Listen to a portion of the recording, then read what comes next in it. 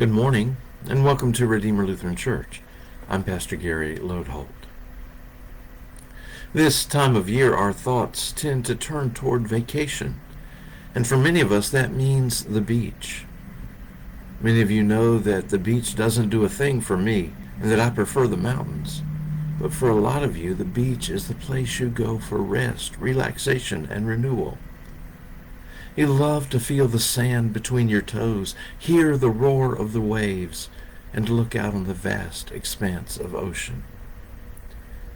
Many important things during the ministry of Jesus seem to happen on the mountains.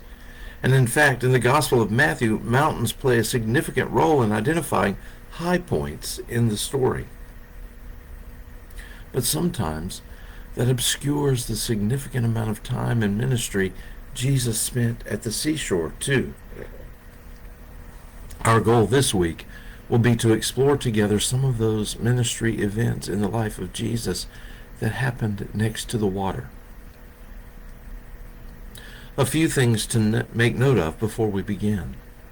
First of all, these stories might more accurately be said to have happened at the lake shore. But in that day, the Sea of Galilee was a major source of life in the region, providing fresh water for drinking, cooking, and bathing, water for crops, and of course a source of fish, which was a staple in their diet. Second, there is a shore there, but the beaches are a little different on the lake than we are used to on our Grand Strand.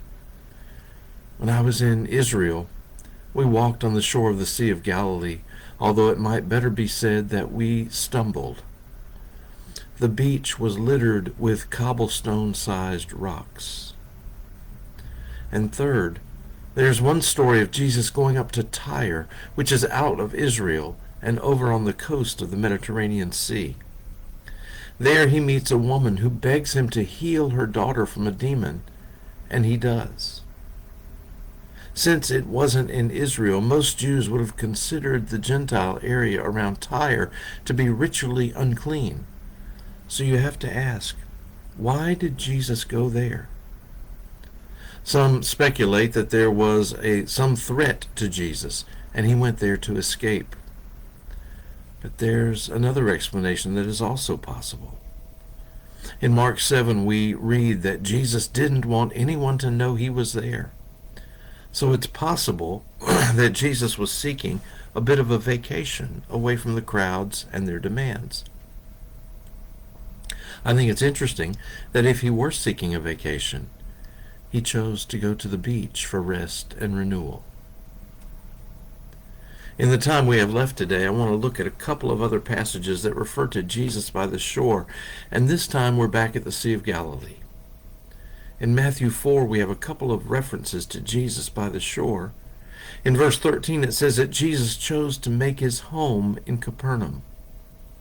Capernaum was a fishing village on the northern shore of the Sea of Galilee, so you might say that Jesus chose to make his home in a resort town.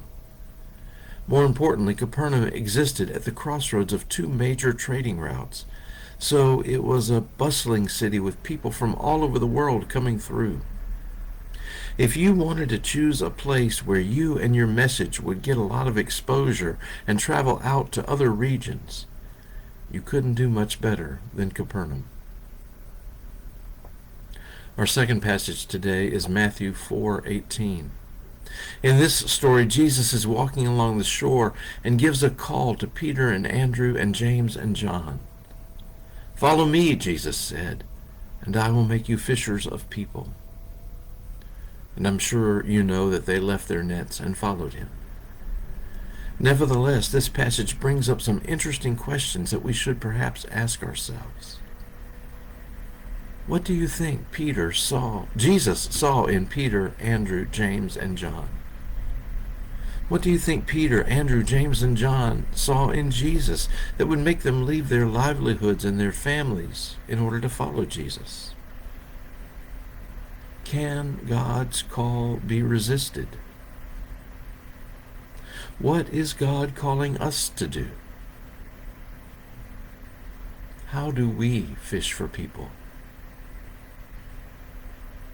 These are good questions for us to ask as we follow Jesus today. I think the theme that ties these two passages together is the theme of home. Jesus chose to make a home in Capernaum by the sea, and Peter, Andrew, James, and John left their homes because they found a more important home in Jesus. We are invited to that home too. Thanks for watching, and remember to let this day belong to God.